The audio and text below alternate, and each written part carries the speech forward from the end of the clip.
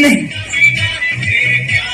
और एक युवा की जो अपनी खुशियां ढूंढ रहा है, पर कैसे, कहां? खुशी की खोज देखो, सुनो और सोचो।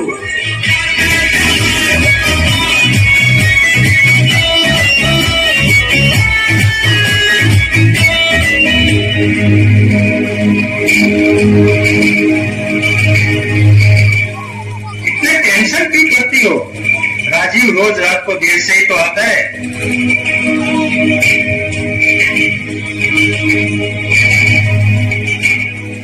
ये देखो क्या लिखा है। एक युवक शराब के नशे में कार ड्राइव कर रहा था। उसने अपनी कार फुटपाथ पर चढ़ा दी। इस एक्सीडेंट में फुटपाथ पर सोए हुए आदमी की मौत हो गई। पुलिस ने उस युवक की धरपकड़ कर दी। पता नहीं आजकल के युवाओं को क्या हो गया है।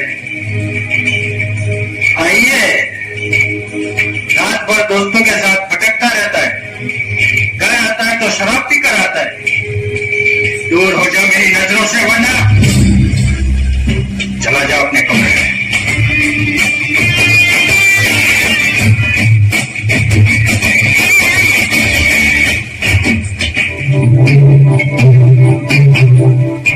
माँ को मंदिर से आने में आज बहुत देर हो गई।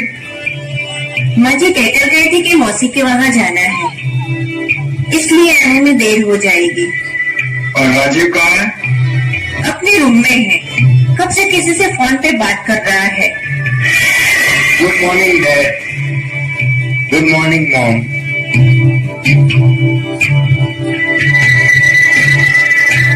अब इसे बंद कर, पहले ही चाय पी ले। किसका बंदा? मेरे दोस्त का। अच्छा,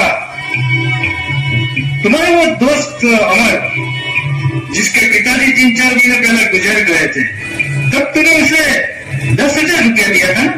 हाँ। वो आजकल दिखाई नहीं देता है, कहाँ है? सब ठीक है ना? उसकी पढ़ाई पूरी हो गई, नौकरी भी मिल गई है, 50,000 सैलरी है और उसने शादी भी कर ली है। वो आज मुझसे मिलने आ रहा है अपनी पत्नी के साथ। तेरा ये एक दोस्त है जो समझदार है, बहुत प्यारा लड़का है, सुशील है और संस्कारी भी। कौन सी सोच में पड़ गए डैडी? मैं सोच रहा हूँ कि तेरी तो इतनी सारी गर्लफ्रेंड है, उसमें से किसी एक अच्छी लड़की पसंद कर ले, तेरी भी शादी करवा देंगे। मुझे शादी की कोई जल्दी नहीं है, पर मुझे तो है, तो आप कर लीजिए। अरे मैं तो खाली मजाक कर रहा हूँ, सच कहूँ तो मैंने लड़की पसंद कर ली है। अच्छा, कौन है वो? संजना नाम है उसका, अभी उससे ही फोन पर बात कर रहा था। वो उद्योगपति मल्होत्रा साहब की बेटी है वो? हाँ। चलो अच्छा है, कम से कम तूने अपनी शादी के बारे में कुछ तो सोचा। लेकिन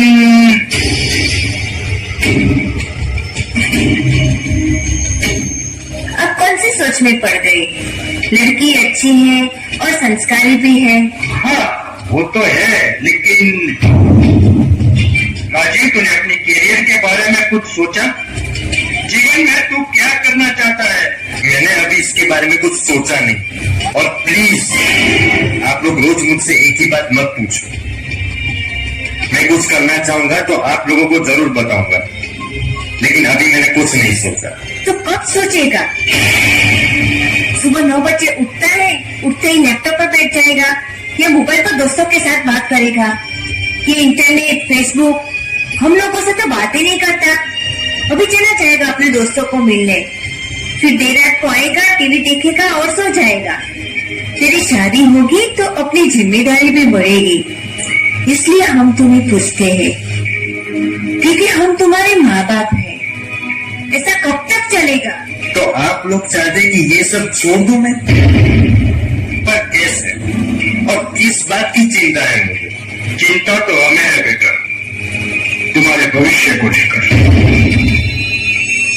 बेटा मेरे माँ बाप बहुत गरीब थे, न उनके पास कुछ था, न वो मुझे कुछ दे सकते थे। जिंदा रहने के लिए रोटी, कपड़ा, मकान चाहिए, उसके लिए वो मेहनत मजदूरी करते। लेकिन मेरी आंखों में सपना था कि मैं बहुत रुपया कमाऊंगा, बहुत बड़ा आदमी बनूंगा, और अपनी मेहनत से एक के बाद एक संसार की हर खुशी मैंने पाई। आज सब कुछ है हमारे पास। तेरा भी कोई सपना होगा बेटा। आपके माँ बाप गरीब थे तो आपने सपना देखा रुपया कमाने का, संसार का हर सुख और खुशी पाने का। लेकिन मेरे माँ बाप गरीब नहीं है। आपका जो सपना था मेरे लिए आज वो हकीकत है। आपने हर खुशी मुझे दी, तो मैं क्या सपना देखूं? देखो राजीव बेटा,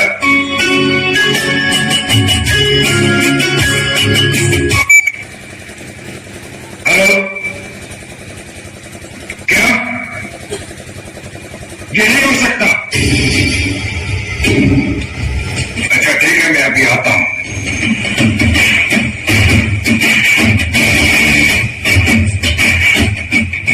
अरे अमर, हाय अमर, कैसा है तू?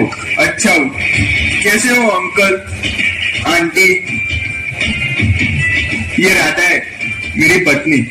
हाँ बेटा, अभी हम तुम्हें ही याद करते थे। राजीव के इतने सारे दोस्त थे, उसमें से तुम एकदम अलग हो। बहुत समझदार हो और संस्कारी हो। तुम लोग बैठो, बातें करो, मुझे जल्दी जाना है। कैसा चल रहा है जीवन में? सब ठीक है ना? तूने मुझे अपनी शादी पे क्यों नहीं बुलाया? सब कुछ इतना जल्दी हो गया कि किसी को बुलाने का वक्त ही नहीं मिला। मेरे पिताजी की मौत के बाद अपने आप को संभालना बहुत मुश्किल था। मेरी माँ भी गुमसुम रहती थी, इसलिए दादी मुझे और मेरी माँ को गांव ले गए। वहां राधा से मेरी शादी तय कर ली। राधा ने मुझे मेरी हताशा की हालत में संभाला। राधा के प्यार ने और उसकी मदद से ही आज मैं अपने आप को संभाल सका। और अब तो नौकरी भी मिल गई है, इसलिए शहर आ गया हूँ। अरे अमर, बेटा कैसा है तू? अच्छा हूँ। ये उसकी पत्नी राधा है। ध्यान रखना, इस शहर की हवा तुम्हें लग न जाए। ऐसा कभी नहीं हो सकता दादी, मैं तो पहले से ही शहर में रहता हूँ और अब तो राधा भी मेरे साथ है। अच्छा, तुम लोग बैठो, मैं आती हूँ।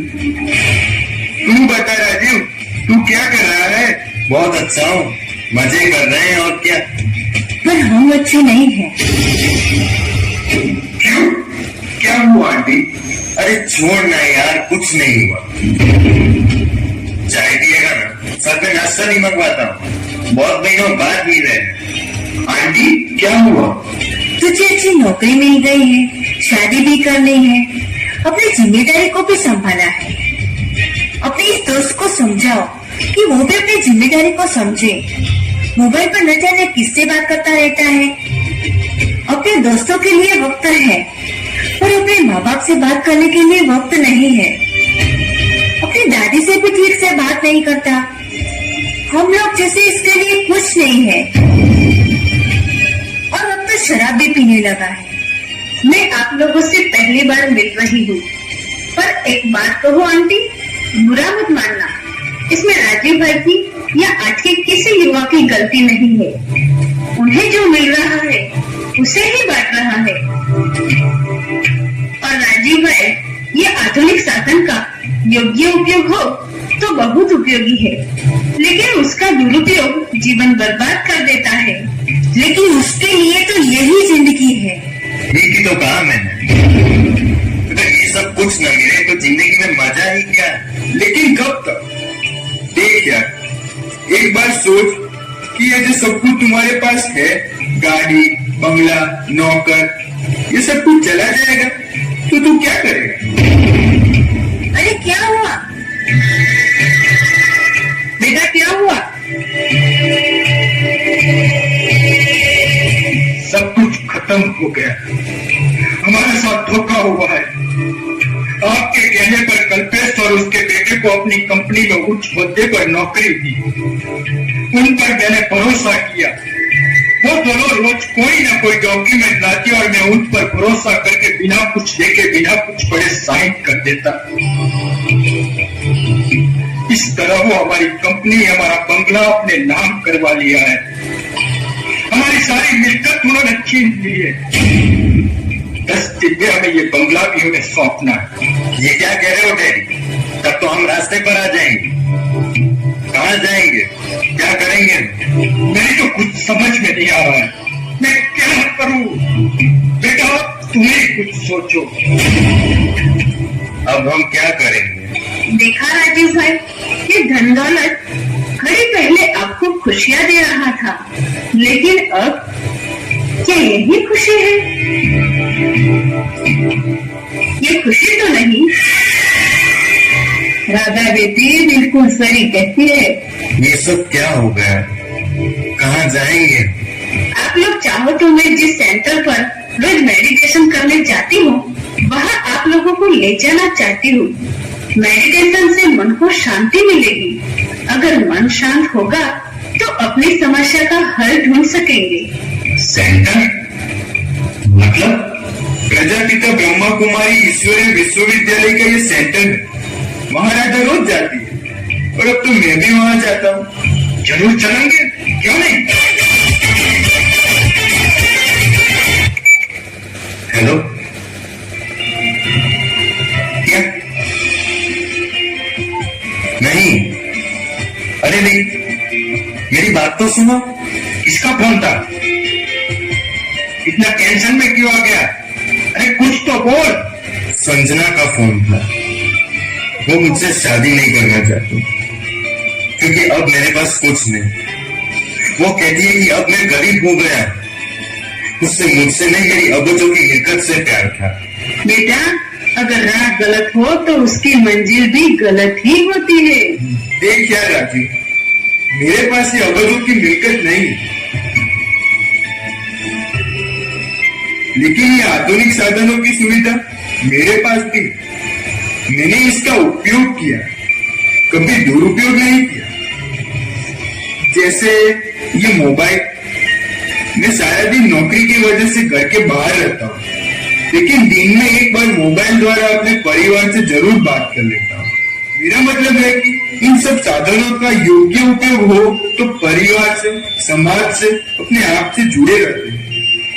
पर इसका दुरुपयोग हमें इन सब से दूर कर देता है। इसमें नुकसान किसका? तेरा ही।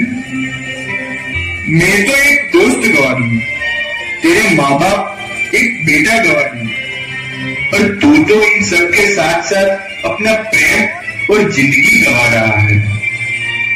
राजीव भाई, जगत में एक ही व्यक्ति है जो आपकी प्रगति में और आपकी खुशियों में विघ्न डालते हैं, और वो व्यक्ति आप खुद हो। आप खुद अपने सुख दुख, सफल असफलता के लिए जवाबदार हो। आपको कोई मदद कर सके ऐसी एक ही व्यक्ति है, और वो आप खुद हो। राजीव, तुम फ्रेश होकर आओ, बाद में हम सेंटर पर चलते हैं। शरद, कुसुम, तुम राजीव को लेकर सेंटर जाओ, मैं घर पर ही रहती हूँ।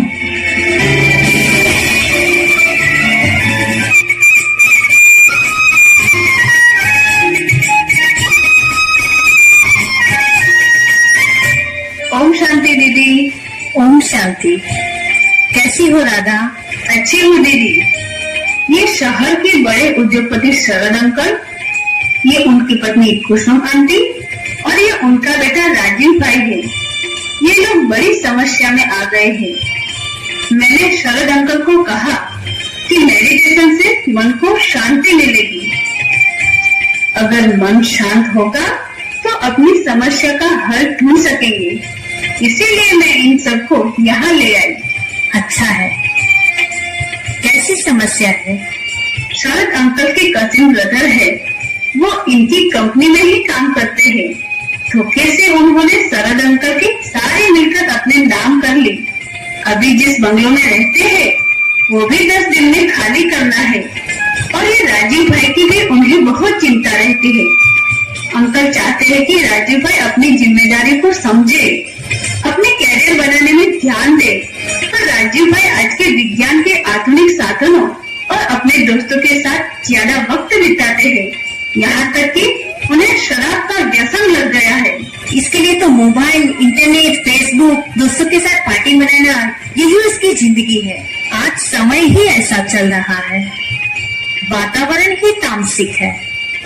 आज विज्ञान की नई नई खोज, उसके मन लुभावने वाले साधनों से बच के रहना सहज काम नहीं है। तो कैसे सहज हो सकता है? माँ बाप अपने बच्चों को ऐसी समस्या से कैसे बचा सकते हैं? माँ बाप को अपने घर का माहौल सात्विक और खुशनुमा बनाना चाहिए। माँ बाप अपने संतान को उसके बचपन से ही सही मार्गदर्शन दे, वो चाहे संसार का हो या धर्म का। अपने बच्चों को प्रोत्साहन देकर, उनकी योग्यताओं की प्रशंसा करके उनके मनोबल को बढ़ाना चाहिए। हर किसी की योग्यता एक समान नहीं होती। आपकी बात बिल्कुल सही है दीदी। हम खुश रहेंगे तो दूसरों को खुशी दे सकेंगे। दीदी, आज दुनिया में विज्ञान की सत्ता का ही तो बोलबाला है। विज्ञान की नई नई खोज जैसे कंप्यूटर, फेसबुक, इंटरनेट, मोबाइल से गांव, शहर, देश एक दूसरे के निकट आ गए हैं। यह बहुत उपयोगी भी है, लेकिन इस सुख के साधनों ने मानव को गुलाम बना दिया है। मानव स्वयं को अपाहिज महसूस करता है, उसे आलसी बना दिया है। वो खुद सोचने के लायक ही नहीं रहता है, मानसिक स्वतंत्रता को खो चुका है। इससे खुशी तो मिलती है। हाँ, ये भौतिक साधनों, तामसिक खान-पान, हर प्रकार का व्यसन, इन सब से क्षणिक खुशी मिलती है, पर पल भर में वो खुशी चली जाती है। फिर से हम दूसरी खुशी ढूंढने का प्रयास करते हैं, वो भी कायम तो नहीं रहती। लेकिन दीदी, आज के विज्ञान के साधनों की वजह से मनुष्य की कितनी उन्नति हुई है। मनुष्य की बाहर की उन्नति बहुत हुई, लेकिन आंतरिक पतन होता गया। इन साधनों से मनुष्य को बहुत आराम मिला, परंतु उसका दुख कम हुआ? क्या उसको मन की शांति मिली, खुशी मिली? खुशी जो कायम मिलती रहे, वो भौतिक प्राप्ति से मिलती है या स्वयं में?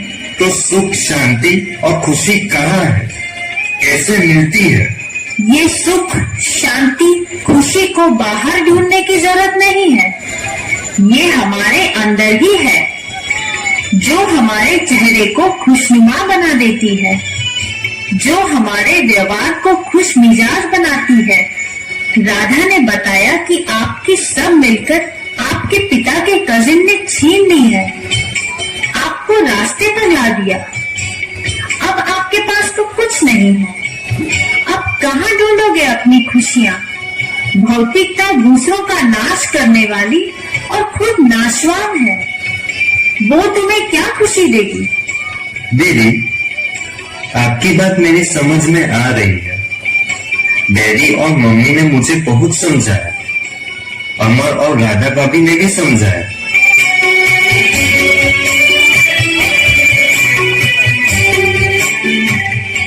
मैं सब समझता हूँ, लेकिन फिर भी ये सब इतनी आसानी से कैसे छोड़ सकता हूँ? मैंने अपनी बुरी आदतों को छोड़ना चाहा, व्यसन से मुक्त होना चाहा, लेकिन कभी छोड़ नहीं सका। लेकिन आज उसने तुम्हें छोड़ दिया। देखो राजीव, जो कुछ हमारे साथ होता है उसकी जिम्मेवार हम स्वयं ही हैं। ये आपके ऊपर है कि आप किसी समस्या को समस्या समझे या खेल, या आगे बढ़ने का व शक्तिशाली बनाने का साधन। हर परिस्थिति से सीख ले। समस्या है तो उसका समाधान भी है, समाधान करें, परेशान न हो। हमें अपनी स्थिति को श्रेष्ठ बनाना है। पर कैसे? मेडिटेशन से। प्रतिदिन सुबह जल्दी उठकर मेडिटेशन करें। मेडिटेशन से मन की एकाग्रता बढ़ती है, दृढ़ता आती है और आत्मविश्वास बढ़ता है। मेडिटेशन से इच्छाएं कम होती जाती हैं और व्यसन भी छूटते जाते हैं। अच्छा दीदी, अब हम चलते हैं। आप सभी प्रसाद लेकर जाइए।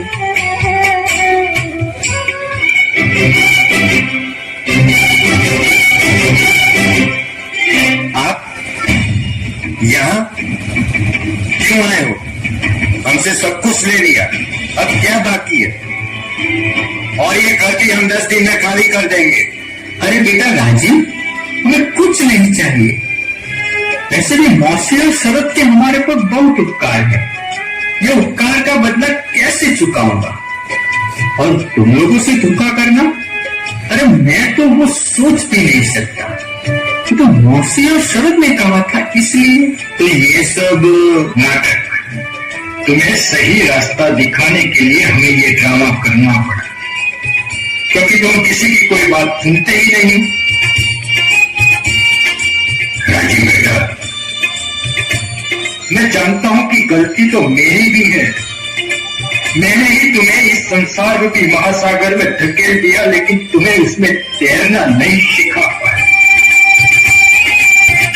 मैं तुम्हें खोना नहीं चाहता बेटा, मुझे माफ कर दो। पिताजी, अब मैं तैरना सीखना चाहता हूँ। अब तुम्हें सही रास्ता मिल गया है। हाँ दादी, अगर राह सही हो तो उसकी मंजिल भी सही होती है।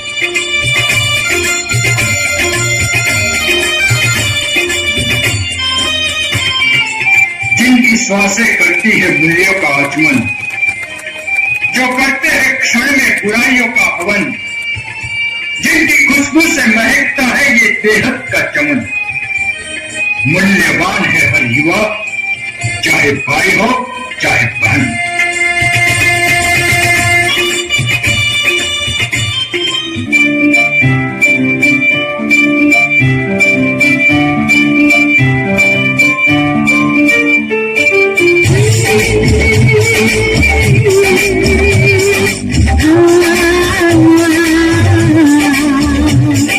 खुशियों के गीत सदा दिल से गाए जा। खुशियों के गीत सदा दिल से गाए जा। मुश्किलों में भी सदा तू मुस्कुराए जा।